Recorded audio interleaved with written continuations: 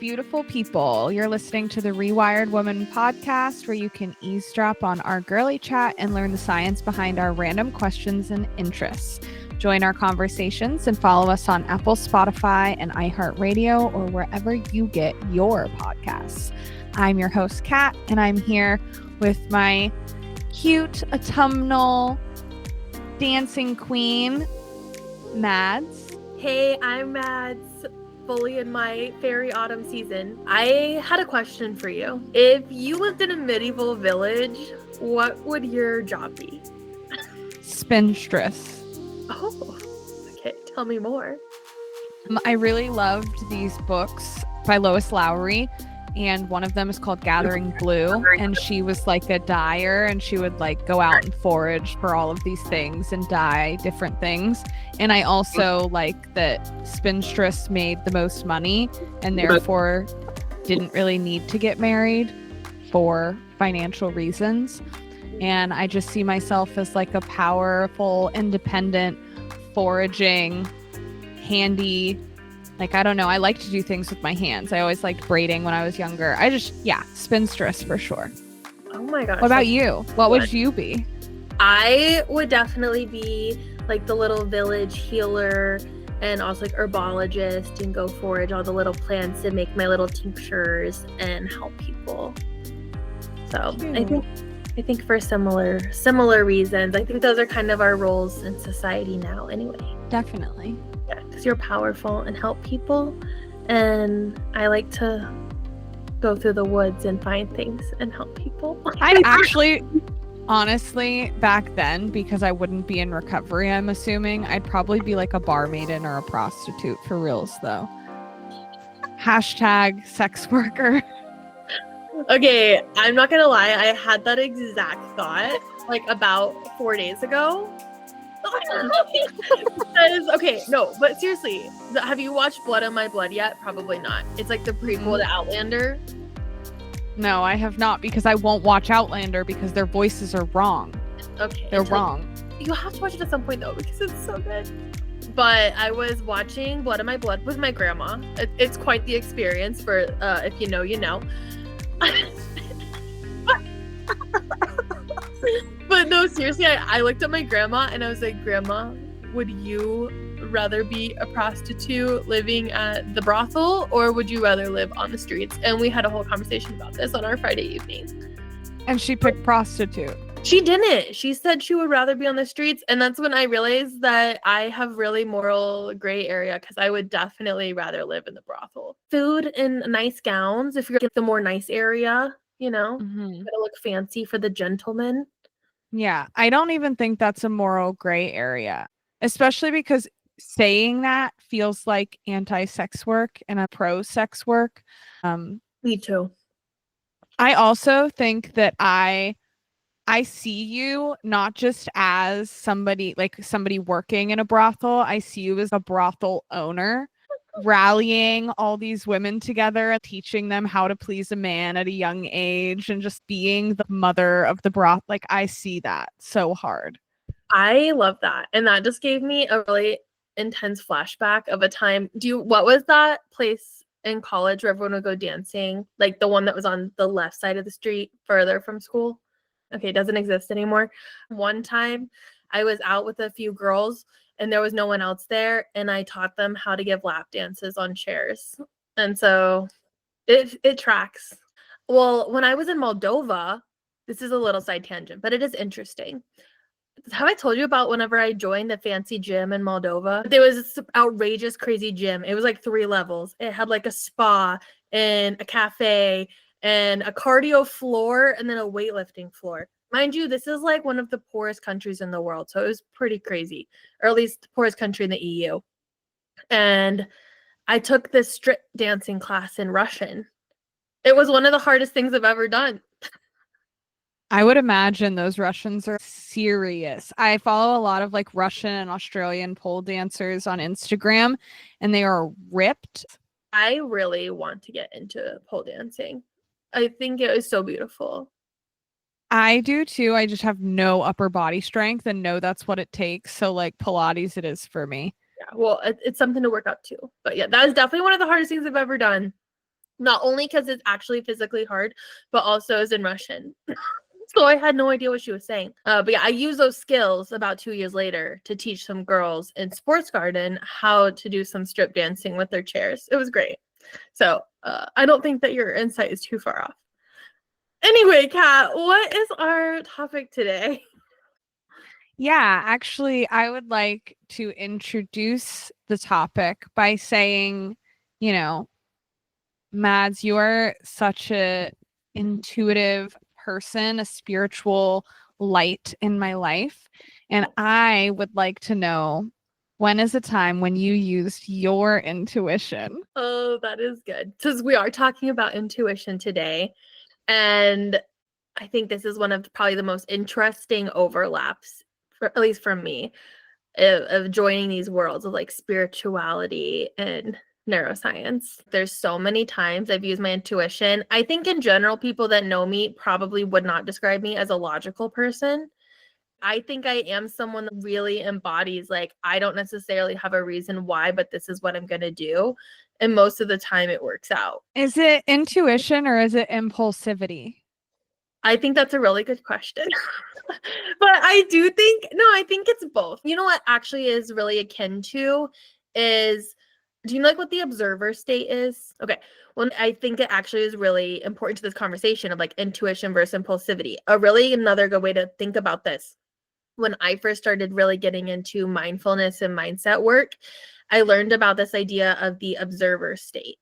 And it's basically this idea of like being able to kind of step back and look at yourself as an observer that's like not emotionally attached in the situation. And I remember when I heard about that and I was like, oh, that's something to strive for. Like that just sounds like dissociation, right? And because I've shared in previous episodes, I struggled with pretty intense and severe dissociation most of my life. And so I was like, that doesn't seem healthy. Why would we be teaching people this? And over the years, as I've done more mindset work and learning, I've realized it's actually really different because your observer state is very much attached to your soul and has your best interest. And like it is still looking in with your body, right? Like it's very attached to you, but you're not so like in your thinking mind, so to speak. Whereas dissociation is like you're just like not even in the realm of yourself. I was going to say, when you asked me, I didn't know exactly where you were going with this, but I immediately went to Zen Buddhism and meditation and the idea of the Zen mind and observing not only your thoughts, but just like that observer state. So that makes sense. So I think impulsivity and intuition, to answer your question, could kind of be made around the same line. Maybe not for all people, but especially someone like me, people with ADHD. And we'll actually address this later in some of the models created for how to use intuition properly and distinguish between the two. But I think for me, when I'm in my unhealthy phases or states, I definitely could be impulsivity. But whenever I am in my more intentional and grounded space, I definitely think I make more intuitive decisions than the average person, where I do things that don't make sense, but it just feels right in my core, in my gut, and then it works out. So I give all that context of like, I think that is a lot of how I live my life. But to give a more specific example, so I really wanted a dog for as long as I can remember, but I was living with my ex-partner at the time and he really did not want a dog. And so in my mind, I kind of came to a compromise. That shows you why we're exes. But I kind of came to a compromise, like, oh, I need to get a dog that already is like potty trained and can just melt into the family really easily. So like not a puppy, maybe from an older person. And I just this like really intense idea about what I wanted. And then literally within a month or so, there was this random Facebook post of someone looking for a home for this dog that had been used for a breeder, which was really sad. But it just felt totally right. Even though it didn't make sense. My partner didn't want a dog. This dog lived in Ohio and I lived in Florida at the time. I had no idea how I would get it, but I just was like, yes, this is my dog. And So I messaged them, and literally their parents were flying into the Tampa airport that weekend. So I was able to get him, and then he literally my soul animal, and instantly we were best friends and knew each other. So that's obviously a really simple story, but it is one of those things where it's like I knew exactly what I wanted and I wasn't really looking. And then I just saw a picture of him and was like, that's my dog. And in every way, we've just mirrored each other. And people are always shocked when they find out I got him when he was 2 because we are so close and he's so much like me and we're so connected. Oh, Yeah. that's a really good story. I do think that's more along the lines of manifestation. But It's just so funny because I feel like we're seeing things opposite. that's So so interesting. yeah, I don't know what you saw, but I know a lot of the definitions I saw for intuition colloquially, but then even in the neuroscience research was basically this idea of your ability to understand or know something without conscious or logical reasoning. Yeah. So for me, the thing with Stax, my dog, is to me that's still intuitive because I saw a picture of him and was like, yeah, he's my dog. I'm gonna get him. And he lived in a different state. I had no idea how I would get him or if he would be a good fit for my family. And they wanted him rehomed in like the next week. I didn't really have enough information to make that decision or know how I was going to get him, but I just like sent a stranger on the internet $500. And then this dog appeared in my family in 3 days. So Yeah. I feel like that's intuition. You don't think so? I mean, if you see it that way, I'm not going to tell you that your perception of your reality is wrong. I wasn't even there. I don't know. Okay, that's true. You know what else is intuition? What? That I met you and I was like, I like you. Maybe.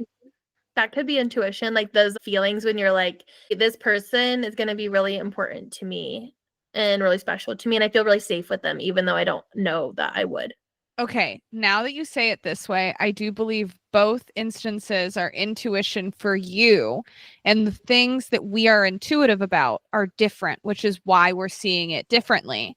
Because you are talking about being intuitive in your relationships and being able to spot whether it's going to be a good relationship instantly.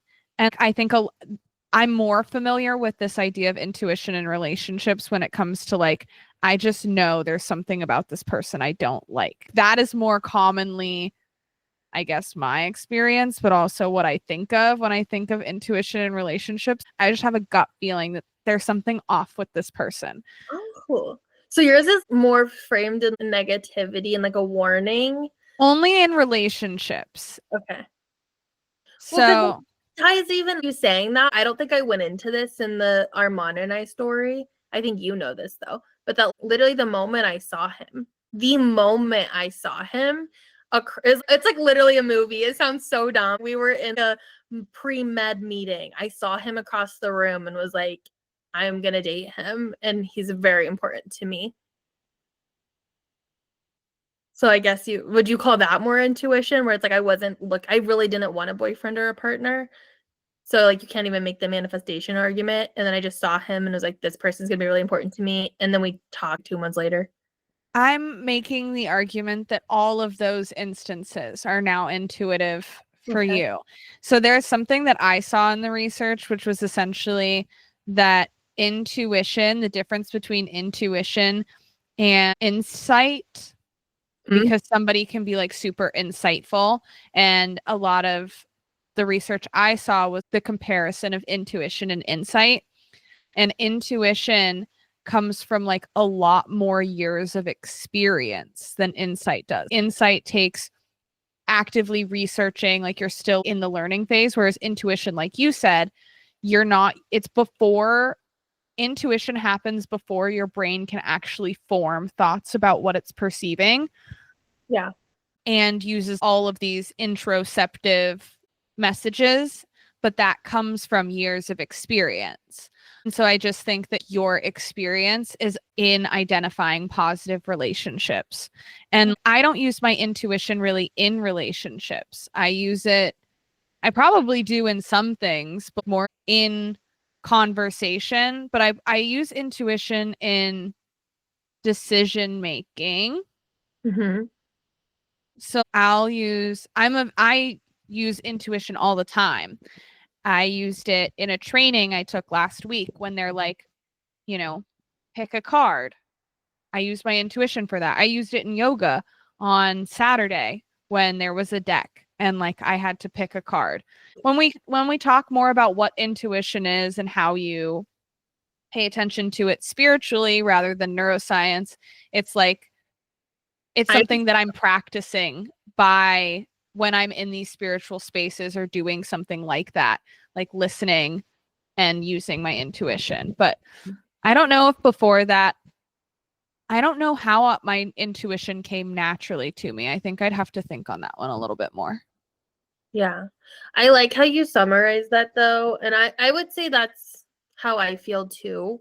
It's just so a part of my being to listen to myself. And like you already kind of pointed out, it's like I do think, and I have no idea, I did not see this in the research, but it would be interesting to look into like any links between ADHD and intuition, like if it's like managed or not. I also just think that I was in a family though that really valued and praised the idea of intuition.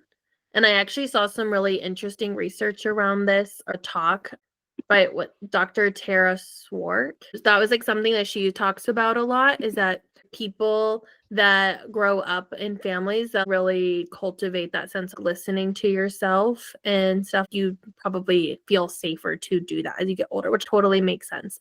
But she's one of the leading neuroscientists studying this. So it's cool to get that kind of like validation. Not to bring this into everything, but I probably will bring this into everything. But do you think it has anything to do with the fact that you're raised by two generations of women and only women?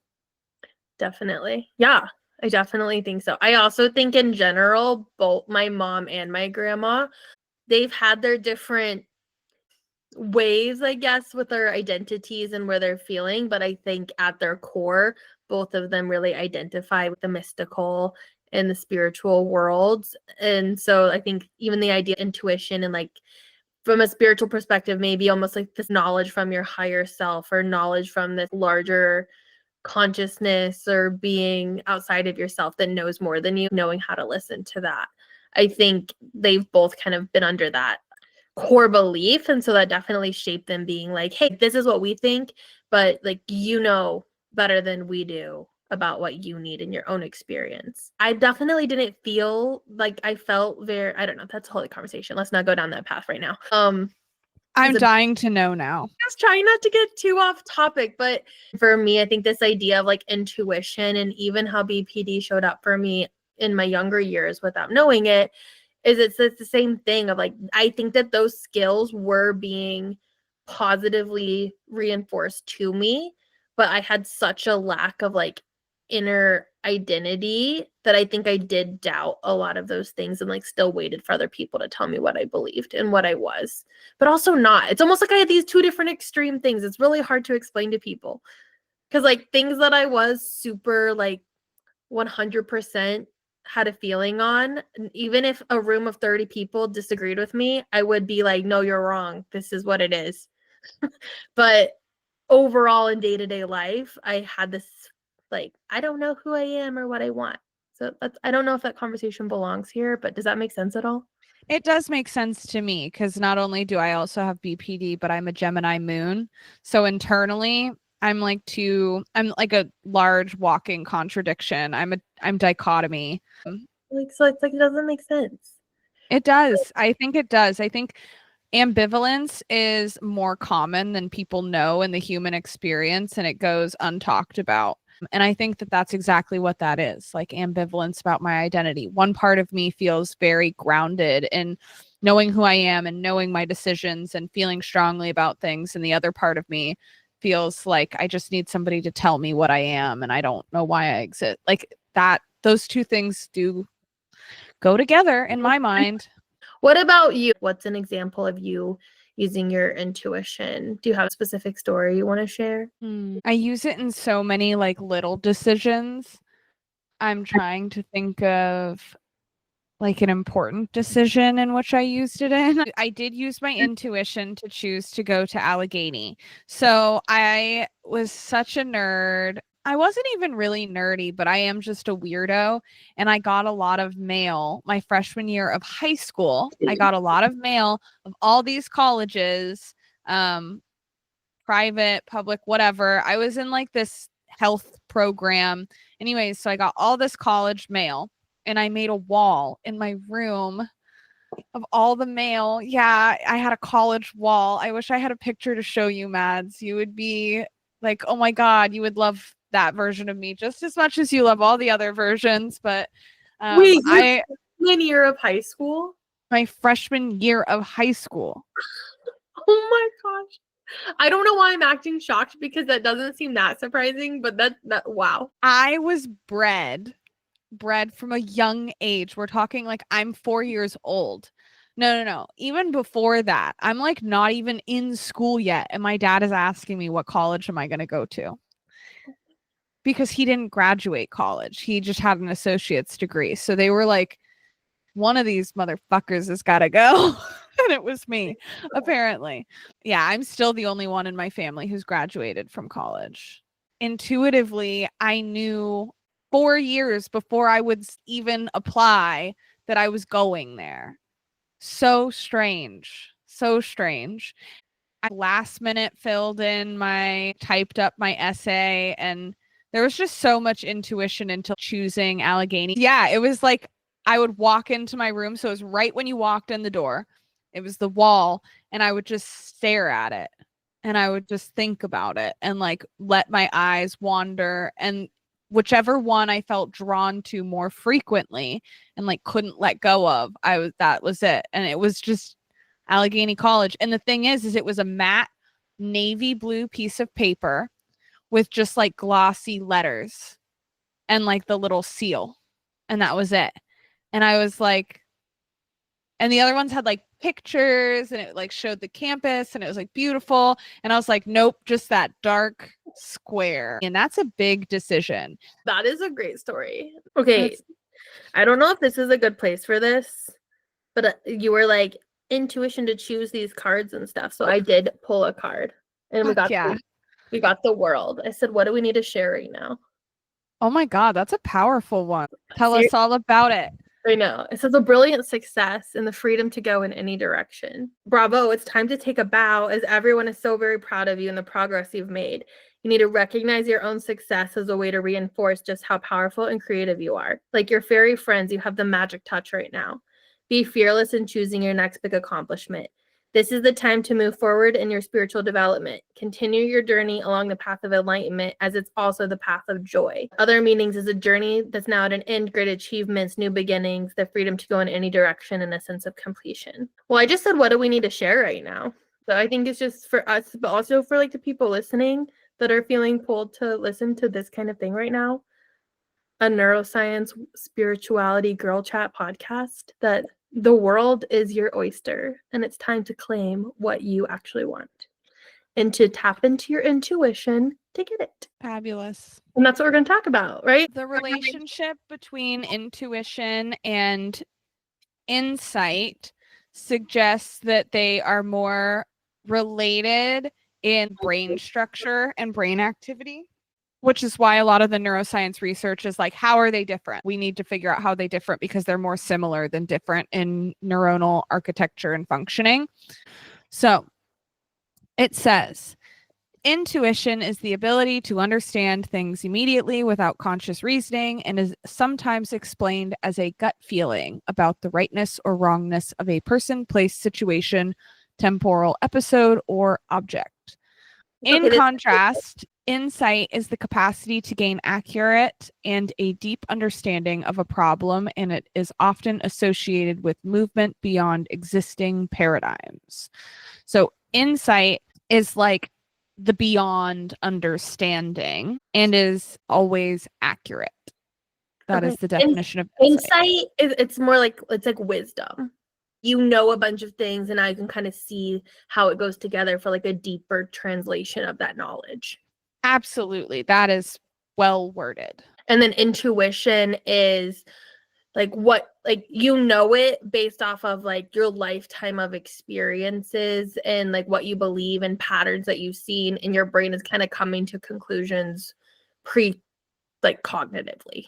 Yes. And so intuition is unconscious knowing, and insight is conscious knowing. Like if somebody asks you how you know that and you're using insight, you can explain it to them.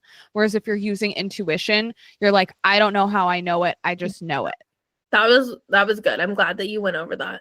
So what is the research showing are the primary differentiators? So it says that both of these are predominantly right hemispheric.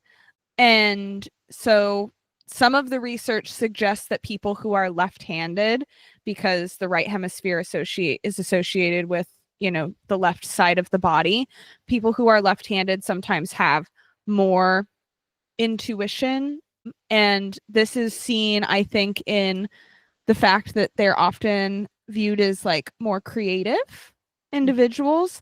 Oh, my mind went to that they used to think they were witches.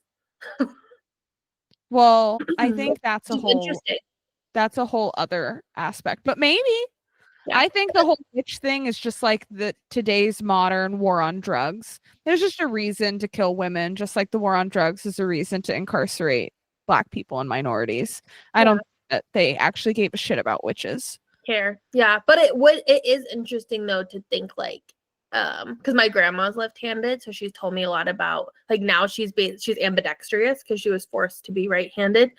But it's interesting when you think about how being left-handed was very vilified, like it's like from the devil or whatever. And it's interesting to think like if they were more intuitive and like people could sense that, like how do they know these things that they shouldn't know? I don't know. Again, purely speculation. That is not based in research. But I love that speculation because I think that makes a lot of sense because it goes back to the idea that people do fear like knowledge, like people who know things.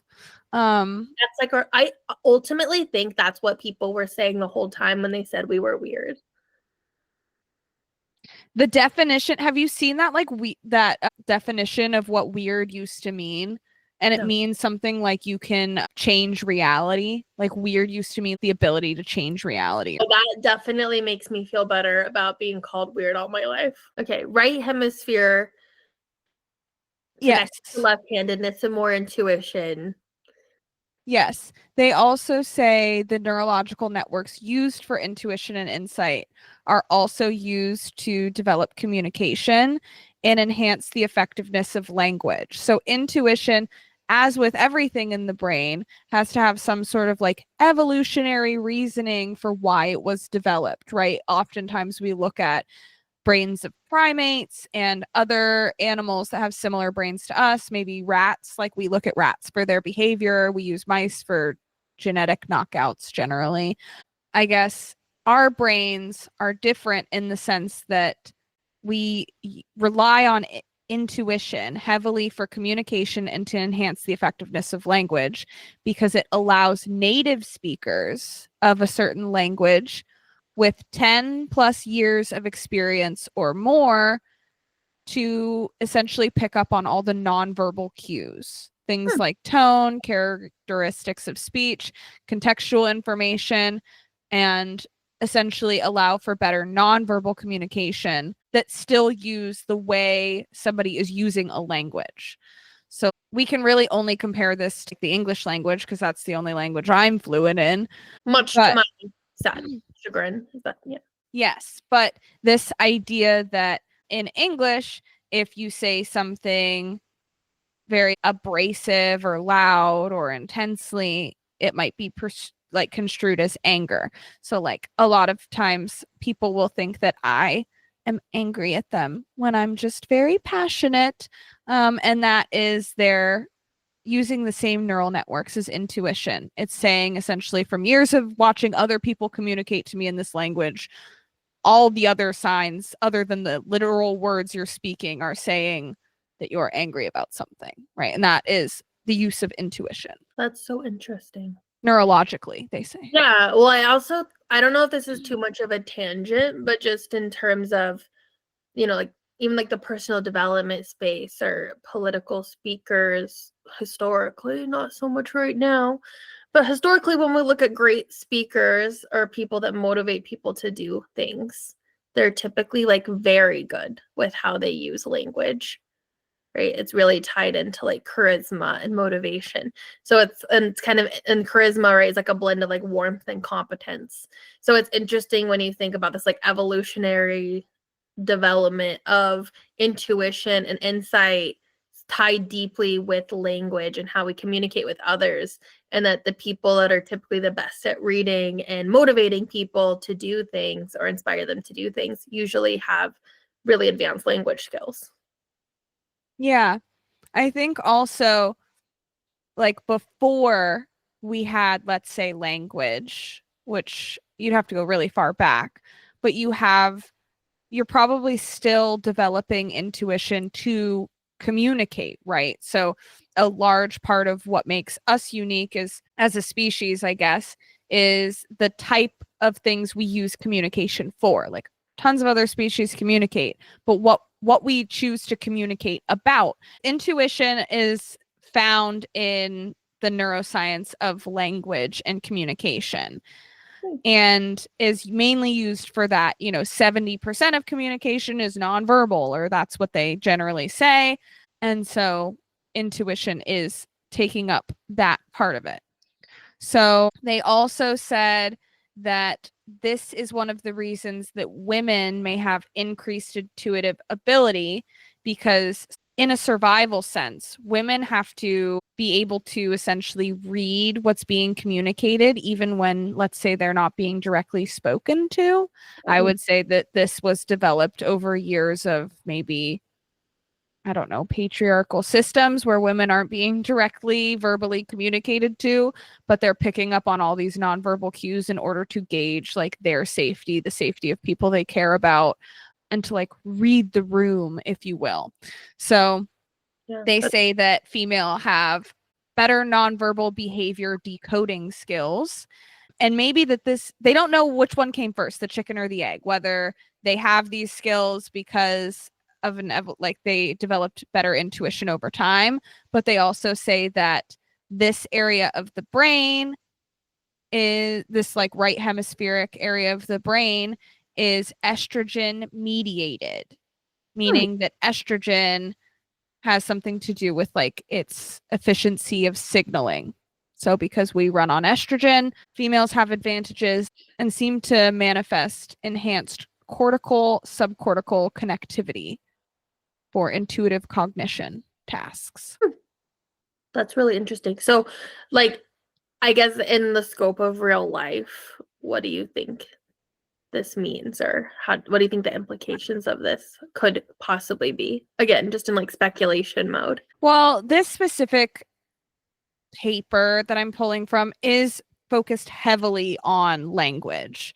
But I think I already kind of speculated with this idea of nonverbal decoding and the reasons why they don't say that the reason why we might be better at this is because of this. They chalk it up to estrogen mediated, signaling. However, I would say maybe that this signaling is based off of estrogen because we needed to use it more and it needed the boost, and we had estrogen. I don't know which comes first, right? I don't know how much our, society affects the way our brains develop and vice versa, or how long that takes, right? I don't know that we always lived in a patriarchal system. I can't really figure that out. So yeah, I don't know. What do you think speculatively? Well, I have so many things that pop into my mind as you were saying all that. I have no idea. This is why it's falling in speculation. But I wonder if, like, on a mass population level, if typically, like, biologically female people are better at detecting lies than men. And then I was thinking about spies. You know how, like, there was quite a bit of use of female spies, specifically in World War II. And that sometimes I think men just want to believe what they're told and, like, what they see. And that's why female spies can be so effective. But I think it's a lot harder to lie to a woman. That's really off topic, but that's where my brain went. I'm just being honest. I love that you were like, it's harder to lie to a woman. I mean, I don't know, but that's just like kind of what I instinctually think. I don't feel like I am very good at sussing out lies, if I'm being honest. I feel like something that's so beautiful about you, though, is I feel like you always look for the best in people. And I think if you're looking for people to lie to you, that would not be looking for the best in them. Yeah, that's true. Maybe. Like I said, I don't even know that those are related, but that's just what it made me think of for some reason. No, I love that. I didn't even know that about the female spies. And I would have immediately been like, sex sells. They did it for sexual reasons. Because No, I'm like, okay. that is part of it. And I think that's the most accepted, like, surface level thing. But like, I guess where I was going with that is I wonder if there's almost this even deeper level, like this neurobiological level of like part of it is being like, to your point, women are like, think about how many men have looked you in the eye and lied straight to your face. And even if you're choosing to believe them, there is that gut feeling where you're like, you're a fucking liar. You know that they're lying to you, even if you're choosing to stay in like a cognitive dissonance and keep going along with it. No, you're right. I think with a lot of men, if you straight up look them in the eyes and lie to them, like, they believe you. I'm also a really bad liar, so I know they don't believe me. Ain't nobody believing my lies. But I can say that here's my thing. There's a whole nother thing built into this when we're getting into like lies and believing it, is I think women are far more gaslit into questioning their experience, and men have more of an inclination to believe that their perception of reality is reality. Wow, that's true. That's a good point. So I don't know. It's too complex when we're getting into lies, and I don't know how much of it has to do with intuition or just, I don't know, trained skill. Because I think that this could be also switched up for somebody who, like a man who feels like they were lied to a lot and are looking for a lot. Like, I don't think that this is gender specific necessarily. I think it would go based off of experience. Yeah. Obviously, this is a mass generalization, and it depends, like, your individual experience is often different than like the group level measurement. But it would be interesting to look into that in general. But just thinking like from like maybe society, right, developed in these ways because of these neurobiological differences. Maybe. Which is like, I have no idea, but it's just interesting to think about, like, I don't know. But getting back into like did you have any other brain areas you wanted to go over? If I have some pulled up too, if you want to hear about them. I kind of broke it down into like the prefrontal cortex, the anterior cingulate cortex, amygdala, insula, etc. Do we want to get that into it? I definitely want to get into the insula and then how it essentially connects to all the other aspects. That's what mine mainly took root in, is it was like insula and then connectivity to all of them, because it hits all of them. But from what I understood, there was like a large happening in the insula because the insula of what it's responsible for. Yeah. So the insula is like primarily thought of as the brain region in charge of like interoception. Yes. Which is like the awareness of your internal body states or functions or experiences. Yeah. So when you are doing mindfulness practices, DBT, yoga, meditation, or even if you're just lying there or you're at a doctor's office and the doctor says, what's your pain scale from a level of 0 to 10? But I hate that question. I know. That's why I used it. I'm like, I don't know. Yeah, that's a triggering question for people with chronic pain as well, or just women in general, because our pain is not believed. So underdone. Yeah. But the insula, that's what interoception is, what she was talking about. That, knowing what your body feels like, right? The awareness of your own heartbeat, the awareness of your shortness of breath, or the aches in your legs, or so it's basically the part in your brain that like translates the physical sensations into like your conscious awareness. And I remember, like, this is not from this research now, but I remember from one of my like neuroscience seminars, that, and like the one around mindfulness specifically, like people with more developed or higher working insulas, however you want to word that, like they're like more able to accurately predict like what their heart rate is, for example. So like when you have a higher functioning insula, like you can better accurately predict like what your heart rate is, which I think is really cool. That's like a way to measure it. That is really cool. Without like getting into like fMRIs and stuff. So you guys, if you want to do something fun with your friends at your next random adult sleepover that we're totally having, you can guess what your heart rate is and then have your friend take your pulse and figure out your heart rate and see how close you are. See how strong your insulas are, your intuition little engines. Oh my gosh, I love this. So in some of the research I saw around the insula, it was talking about like whenever they do have people in imaging, that whenever people are like gambling or doing like trust games and they are like saying like they're following their gut, like the insula is more active. So that's like another example of like connecting those feelings of like I just know something, and like what area of your brain is kind of taking charge and connecting different experiences. I also found something that said your insula is what gives you this idea of an identity, right? This self-realized identity and this idea of self-reflection, like self-actualization. So this, I think, aligns with me spiritually when I think about how I use my intuition to like align with maybe my higher self or something. And I also use a lot of self-reflection in order to strengthen my intuition and kind of this back and forth things like journaling. But essentially the insula is responsible for that self network. So it's not just bodily how I feel, but like reflecting on my emotional state, my spiritual state, my mental state. It's all things to do with self and bringing that into your conscious awareness, which is why it's connected to medial prefrontal cortex and anterior cingulate cortex and all these wonderful cortexes for critical thinking. For the people that are like, what the heck does that mean? It's basically your brain regions that play a role in like executive functions like planning and time management, decision making, and then like error detection and emotional regulation. So it makes sense that these things are like all playing a role together because you're like taking in all this different stuff from your environment, processing through everything you've ever learned or known or experienced, and then making these like subconscious decisions. Ooh, brains are cool. Brains are really cool. Well, one more thing, like that's on that note, because I think it's really cool. This one study that was looking at like interoception in the insula, they were like looking at like poker players, and yeah, like the people that play poker and like they consider themselves like they play like more on intuition than necessarily like strategy.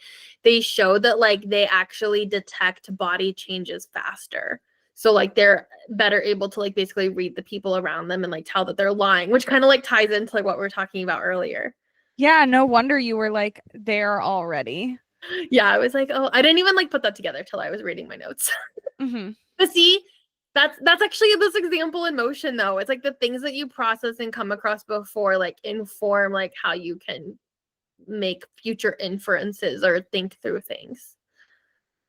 This has me like thinking about how we attach the knowledge that we obtain to our sense of identity and that we're like calling upon it and like intuition. Like kind of like the gut brain axis and like why it's called a gut feeling. Ooh, get into it. Yeah. So a big part of this is so cool is that it's like the vagus nerve and the enteric nervous system, which is basically like the nerves like in our gut. Which is why food is medicine for your brain. And we talked about what we eat when we talked about depression and suicidality very, very briefly, because it gets into this vagus nerve tract. But essentially, your gut and your stomach and your microbiome are very, very important to your brain because of what she's talking about. But yeah, no, it's really important. The vagus nerve is our only cranial nerve that actually goes like throughout our body, which is really cool. So it like leaves our brain and it goes all the way down into our gut. And that allows for that kind of like instant subconscious communication from our body sensations into our brain for a lot of these like subconscious, really instantaneous processing and that how that we know things. And that's also why we have those really intense gut feelings or sensations of gut feelings, is this like connection between our enteric or gut nervous system, vagus nerve, and insula, which is really cool. Those were some big words, but I want to know, is this why I feel butterflies? Is this why my stomach cramps when I get worried and anxious? And also, is this why I either stress poop or stress can't poop? And also, does this nerve tell me if I'm full or not? And is there something wrong with this nerve if I overeat all the time? Like, I have so many questions about this now. I love all of that. I want to be really honest with my scope of knowledge right now. I can't answer all of those questions off the top of my head. The butterflies, yes. My guess, I do not know this for certain. I don't even know that the research knows for certain, but I know that there are lots of connections between people that have like very severe anxiety and even depression tend to have a lot of gut issues. And we do think that this is part of it. I don't know that we have any research definitively saying that that is what it is or why, but this whole like enteric nervous system, vagus nerve involvement seems to have some interaction with depression, anxiety, and mood disorders, and why those people tend to develop IBS or have a lot of gut issues. This is why all hot girls have tummy issues, because most hot girls have mental health issues, / we all do. What is that, like the crazy hot index? Yes, exactly. Problematic, but hilarious. But really, what isn't? I was actually, this is totally a tangent, but it's funny. I was listening to like the like a Sex and the City rewatch podcast earlier. And one of the actresses, she was like older, and she was talking about how like rewatching Sex and the City is like so interesting because one, it's sad how relevant it still is to dating and existing today, 25 years later, but two, how like there is so much like problematic and stuff that's not good, and like yes, it's good that we're past that, but also that it's like kind of nice to see that like in a way that like we're almost not allowed to do because things are so censored now that like we're losing part of what it is to be human and like to be imperfect and to not know things and to like say things wrong, which I think is really interesting and also tied into anxiety and depression and people not feeling connected right now because they're so scared to be misinterpreted or misunderstood. So it is relevant to this conversation. Hot damn. You like how I tied all that together? I loved it. It has to make sense somehow. So anyway, I guess the point in bringing that in is that I think the summation of this is that our body is really complicated. And Yes. how these things work are very, very complicated. And it would not be accurate to say there's this one thing involved, but more so it's like this huge amalgamation of all of these different parts of your bodies and all the experiences you've ever had and everything you've ever believed or experienced coming together to process things really, really fast. And then that's how you just know stuff without being able to explain it. Yes. In other terms, we will see conscious and unconscious processes and their integration with emotional evaluation be central to understanding the link between intuition and insight. Ooh. Is Okay. that like there is this involvement of our gut very directly with our experience of intuition, and that's why we feel it like so viscerally, like in our gut, right? That's why we get the butterflies. Like if something is like, even like in terms of dating, like for all the other girls or anyone out there dating, it's like whenever you feel butterflies, that most times you should actually read that as a warning sign that like it's a bad thing. Can you elaborate? What do you mean bad thing? Yeah. So, well, what first brought this to my attention, there's actually this song by Halsey. There's a song and she says something like that maybe butterflies are a warning sign. Mm-hmm. And then I think that's like what first brought my attention to this concept. And then over the years, I was kind of looking into it. And like I read a lot around like dating coaches and different things. And yeah, so but this brings kind of like the neuroscience perspective on that. is that like if you get butterflies about something or for someone, like it's usually a sign of anxiety. And the thing is, anxiety and excitement can feel the exact same to our body.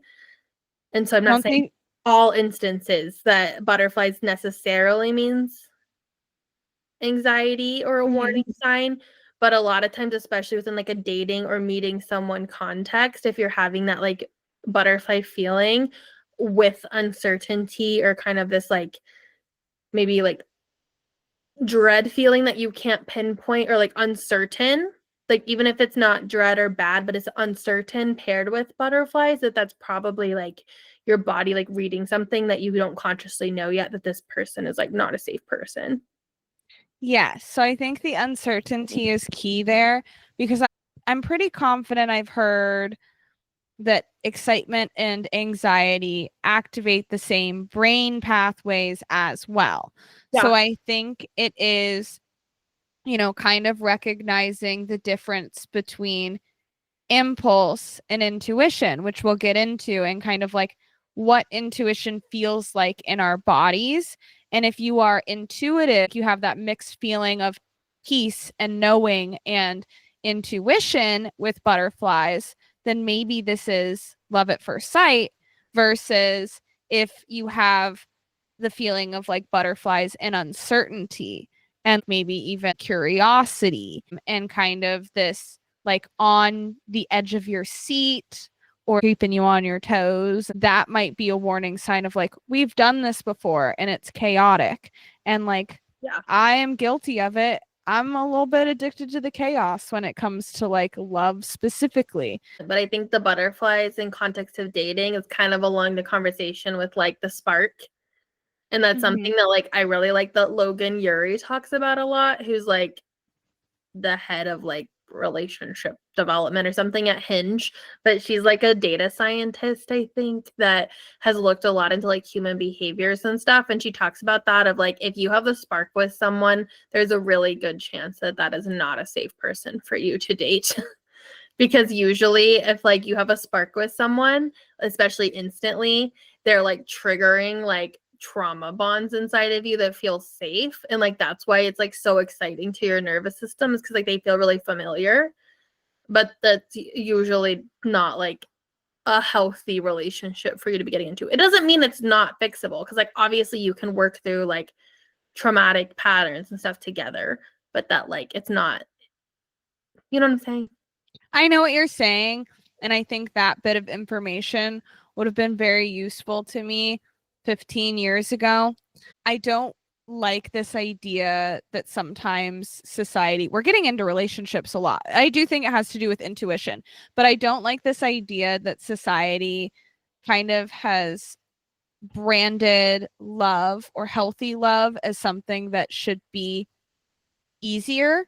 I feel a lot of people, branding a healthy relationship or a good relationship as something that is easy. And to some extent, like early on, yeah, it should be flowing. There should be more reasons to stay than to leave. Like, I think that's what they're trying to communicate.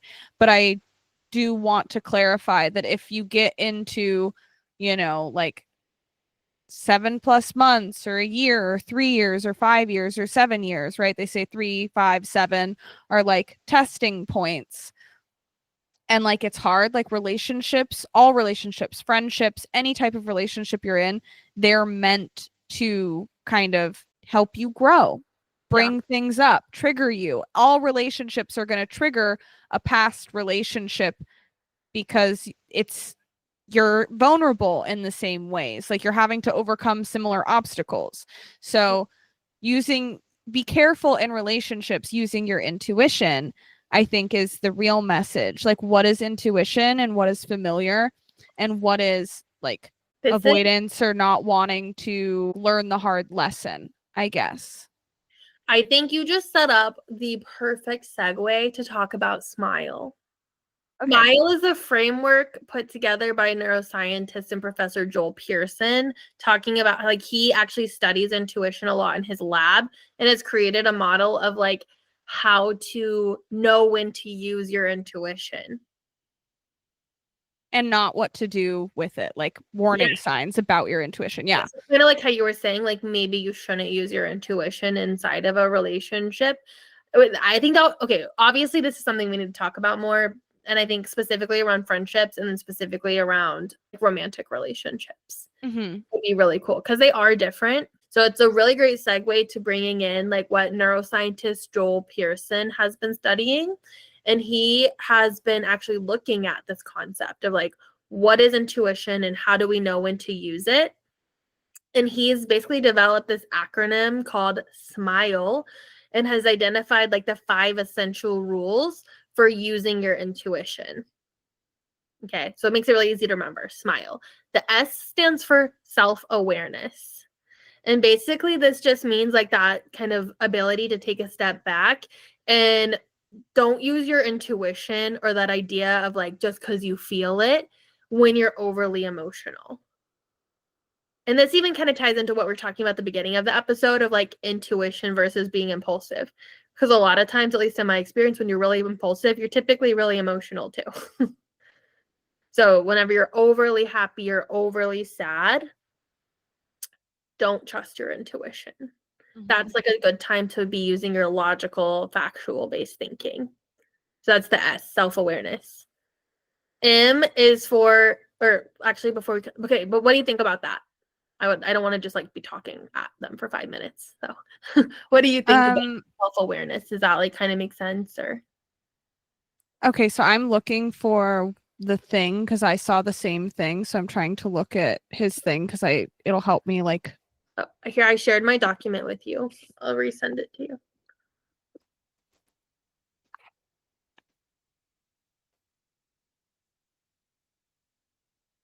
This has like, if you scroll down past the links and stuff, you'll see it.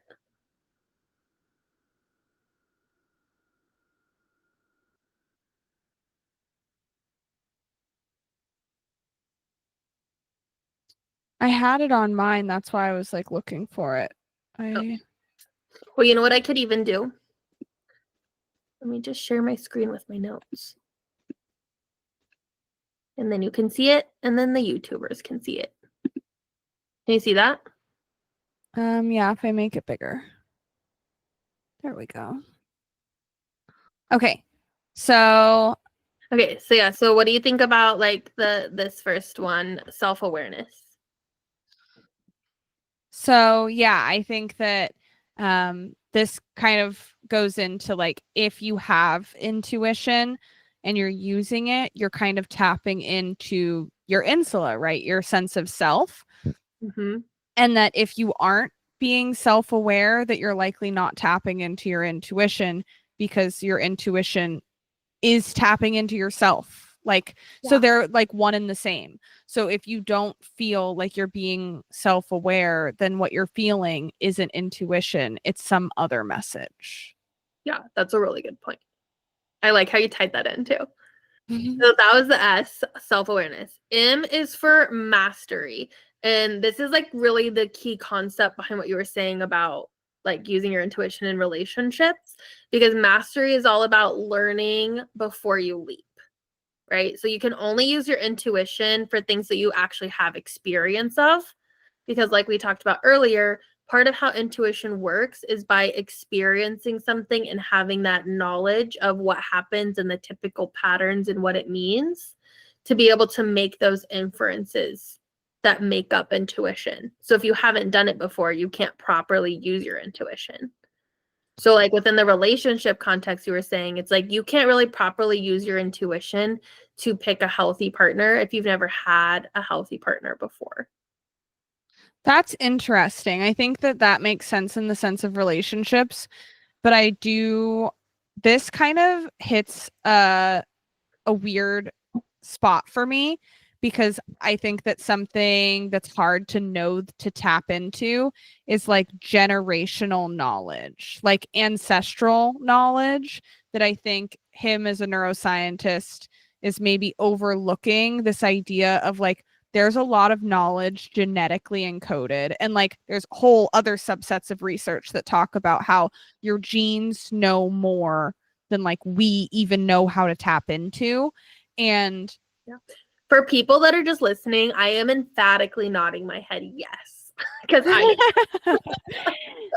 Yeah. So this idea of mastery, I think it makes sense the way that he's using it, but I also want, because this episode's about intuition, I want people to trust their gut in things that they don't feel like they've mastered as well, maybe, because you'd be surprised at like the knowledge you hold. At least that's what I find when I'm tapping into my intuition is there was this weird thing. I don't know, this probably doesn't apply to the mastery specifically, but it's a tangent where essentially, because we experience time linearly, but because time isn't linearly, I just saw something of I mean, you don't, I don't, but that's a whole nother, we'll get there. Some people do.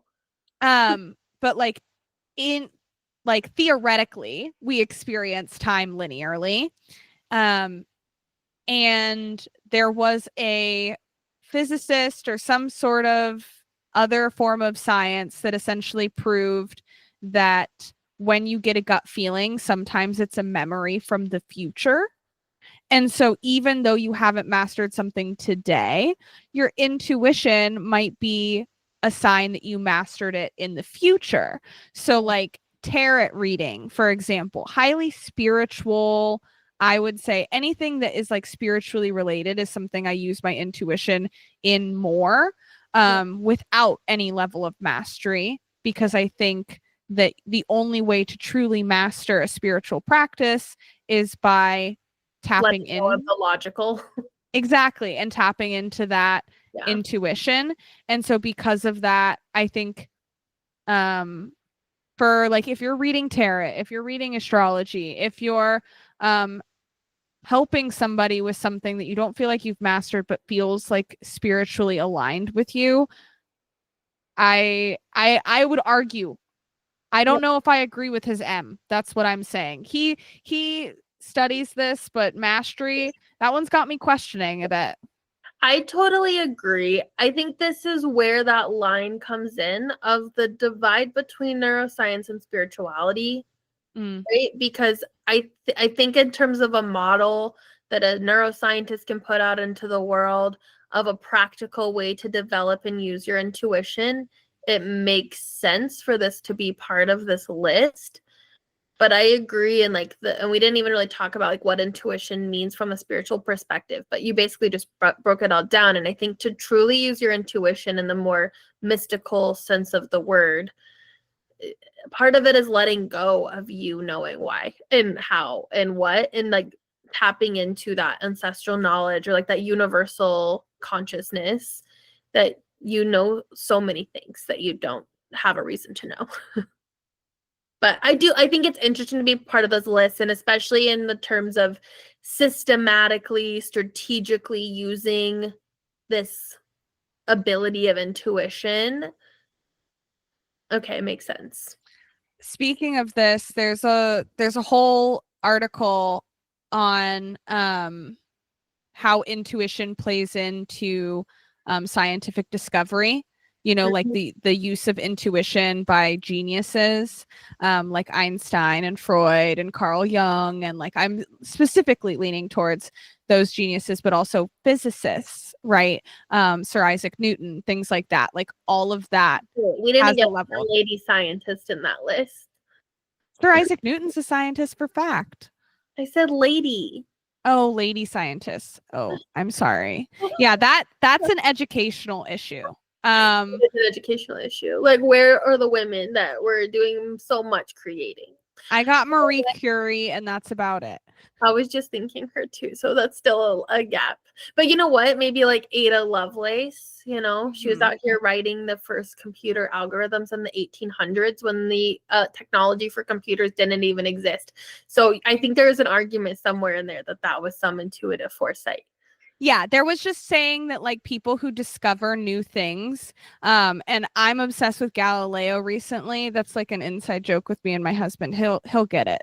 everyone didn't believe him when he proposed that the earth is round. And maybe there was some sort of like intuitive, introspective feeling the source of gravity, experiencing time and space. Like, who knows? But like, guy just kind of knew something that was none of his business to know before he could prove it, before he could see it. Was it intuition? We don't know. But essentially, this article says that people who make discoveries like that are using intuition to some extent.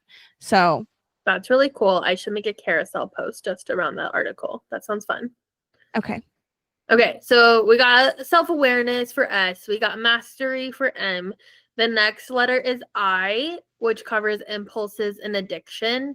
And he's basically arguing that impulses and addiction are like these really primal brain urges are not intuition. So anything that can like really get those primal drives going that are super addicting, like gambling, alcohol, social media use, sexual experiences, things like eating, anything like that, can't, in his argument at least, right, can't be intuitive because it's like a basic brain urge that can like be overdone.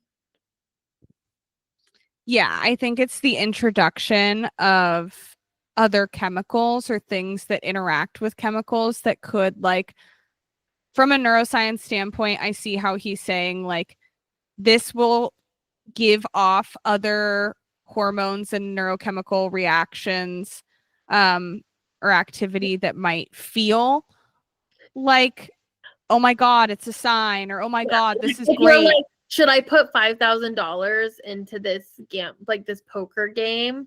And like basically he's saying like the feeling that you're gonna for sure get a payoff is not intuition. That's like that's a lot of other brain systems that are like trying to like light up and reward, and dopamine hits. This reminds me of going back to your thing about poker, because I think I remember when reading his thing, he's specifically talking about things like roulette and blackjack, things that are specific, like directly probability based.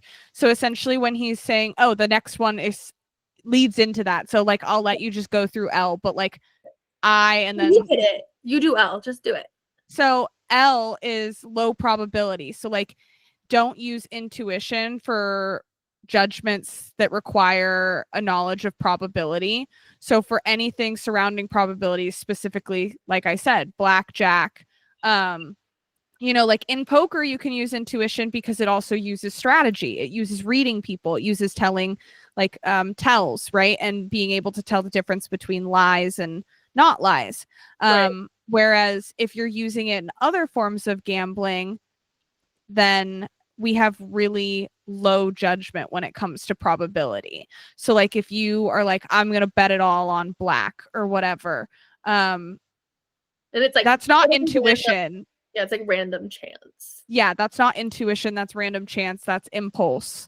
We're not saying it's a gambling addiction, but gambling essentially produces other chemicals that give you a sense of reward that kind of interrupt this process of like true hard and fast intuition. So it's just kind of like, know that the third or fifth Oreo isn't intuition. It's like literally designed to hijack your logical mind and be like, eat more. Exactly. The final letter of SMILE, E, is environment. So it essentially says to use intuition only in familiar and predictable environments, because his whole thing is this idea that intuition is based off of lots of experience. So if you're in a new country, to use your intuition on what street to go down or what person to talk to might not be relevant because you have no cultural experience in that place. It's harder to read, the same thing with like the first study I mentioned, where it's like intuition is used in communication when you have 10 plus years of experience in that language. So it's like, if you have no experience in this country, your intuition might not be relevant. It might not be intuition if you're like having a draw to something specific. However, going back to my like whole genetic ancestral argument, if your ancestors are from that country and you feel intuitively drawn somewhere, like that to me would be like a spiritual experience, and I would follow that shit into a dark cave. I agree. I think it's important we share this because it is like a leading model that is like more evidence-based for how to develop and use your intuition, and again, a really pragmatic way. But I think it's clear we both don't think it's very limiting and maybe not as fully encompassing of the human experience of intuition as possible.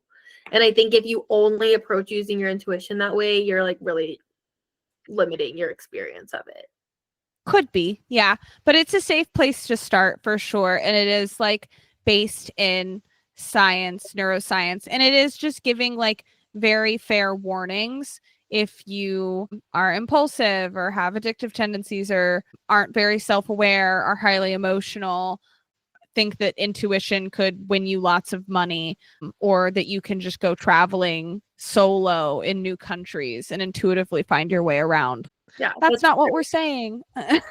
Yeah, I think that's a really good point. This is like a really good balanced way to approach intuition, like especially if you, like you said, are maybe more of those like high risk emotional or impulsive or addictive tendencies. So I found the other like really interesting research I wanted to bring up was from Dr. Tara Swart, who is a professor at MIT. She is a neuroscientist and a Oxford University trained medical doctor. And like a lot of her research has been around intuition. She even released a book recently called Source. So this is like her jam. It's like the intersection of like neuroscience, spirituality, and intuition.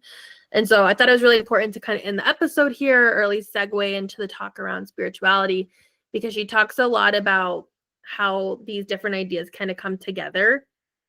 And she also talks about how, like there's 5 main types of thinking. I want to make sure that I get them all.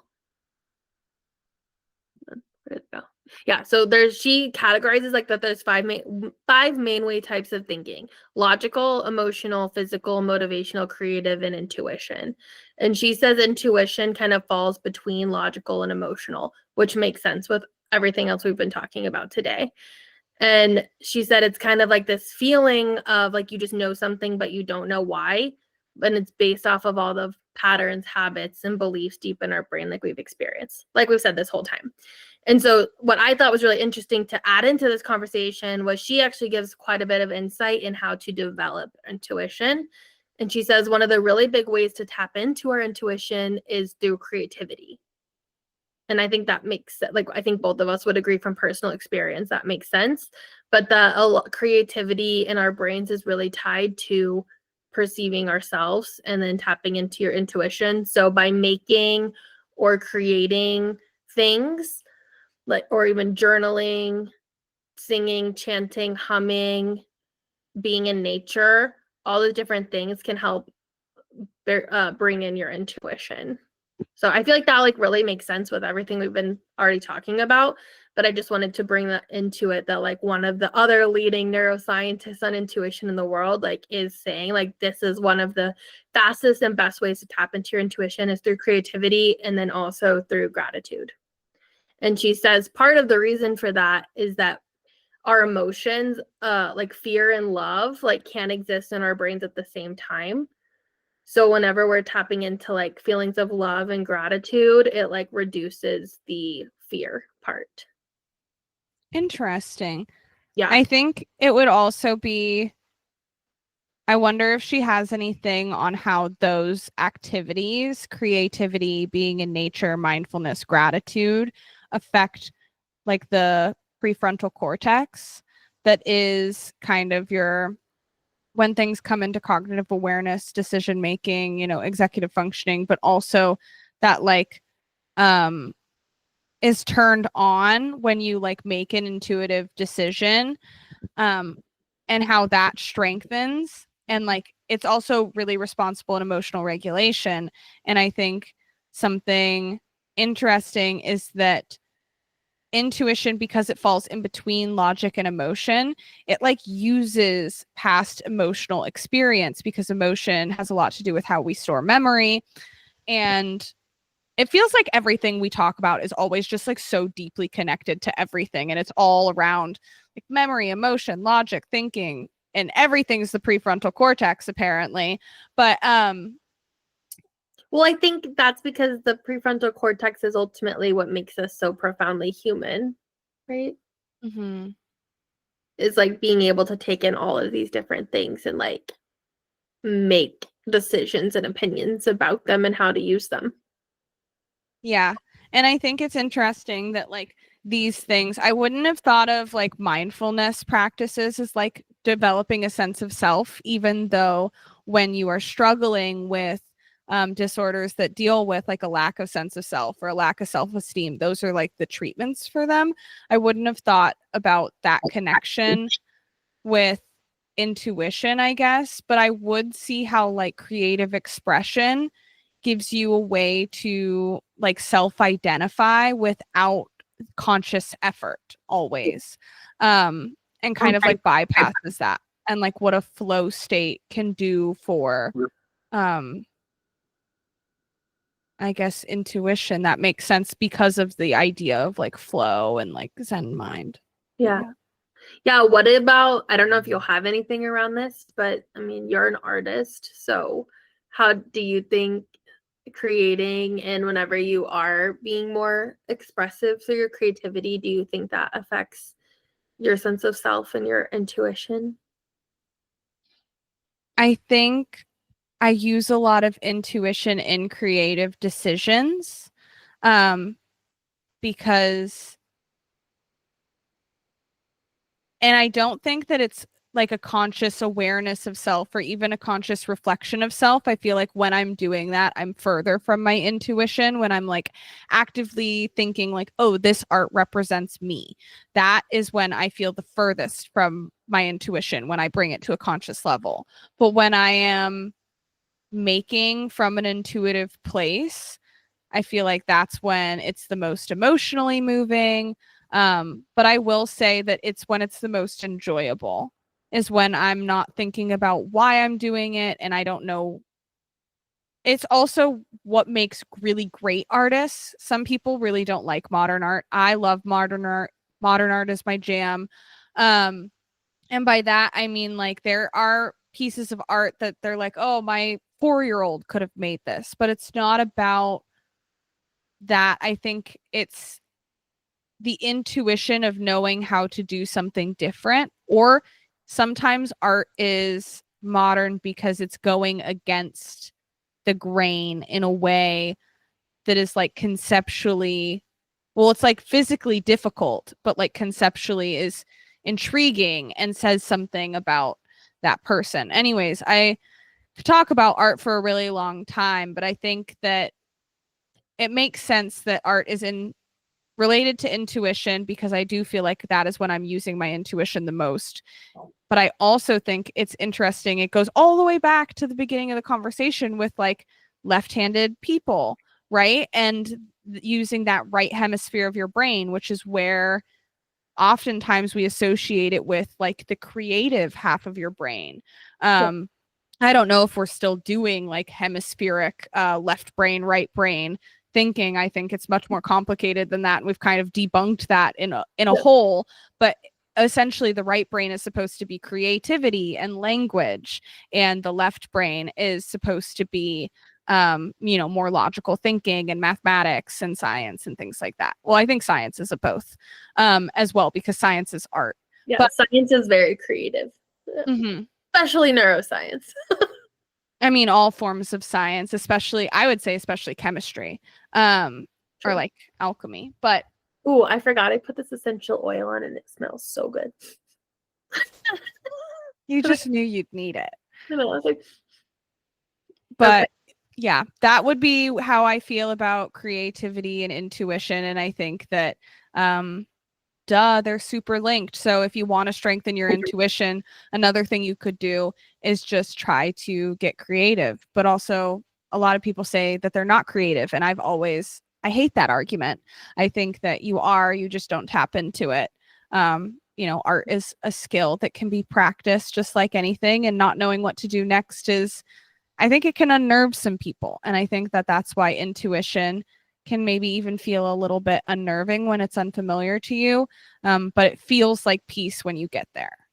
Yeah, I think it's, like, that's how it's you know. part of the process is accepting that you don't know what's going to happen next, and that feeling exciting instead of fearful or daunting. I think it's like a feeling of knowing, like, even though you don't know at the moment, it feels aligned. Like it's that flow alignment. You're going to know. Exactly. Yeah. Or it doesn't matter. Like it doesn't matter that I don't know. I'm just doing, I'm just being intuitively. Yeah. You said humming and singing was something that she had mentioned, but I think there's nothing more intuitive to the human body than movement. So I would guess that like dance, dance, exercise, yoga, anything that does the brain body. So like guided classes. That's why they say like yoga or Pilates is like mind body connection, is like they tell you what to do when you move your body. I think that I guess it's less intuitive, but just pure movement. I guess I think like intuitive dancing, like just moving and jumping and shaking in general is so good for you. And it's something we've really lost in our modern world that our ancestors did every day. we just lost it in our culture, Western culture. Yeah. Because there's other cultures that still are heavily using dance and intuitive movement as like a large part of spiritual practices, celebrations, a lot of relationships. But that actually reminded me, this is research from like back in school. So like something I read like, 8 years ago. But it stood out to me because I did grow up as a competitive dancer and like dancing all my life and like having that really strong mind-body connection. And I remember one of the papers I wrote, it actually was around like proprioception, which is basically like how your body, like how your brain knows where your body is in space, which is also tied to interoception, right? Being able to know inside, like what your body's doing, to be able to tie to where your body is in space. And that dancers have exceptionally good proprioception, right? Because you need to be able to know like where your big toe is pointed enough compared to your ankle, compared to your knee, so that you have that really straight line. And so I could see to your even like non-intuitive dance, like almost like you were saying, like practicing just movement, like even yoga is like super specific in how you're supposed to stand in the asana or in the pose. And so there probably is, even if there hasn't been researched a lot, I bet there actually is something around structured intentional movement in the mind-body connection with intuition. Yeah, proprioception, interoception, connection to strengthen overall self-awareness. Yeah, which like we said is like tied into like the same brain regions that govern your self-awareness are tied in with your intuition. So interesting. Well, Mads, I feel like I have learned so much this time, and I really hope you all have too. If you enjoyed listening, please leave us a review right meow. It's a rough time out here as up-and-coming podcasters, and reviews really help us get the word out to new listeners and help us grow with and for our audience. If you have any suggestions for future episodes, please reach out to us via direct message on our Instagram page at Rewired Woman Pod. And follow us so you don't miss out. We appreciate you so much for supporting us. Come back next Wednesday where we are going to get into cycle syncing, hormones, all that female jazz that I'm so obsessed with. I love you, Mads. Bye. Love you. Bye.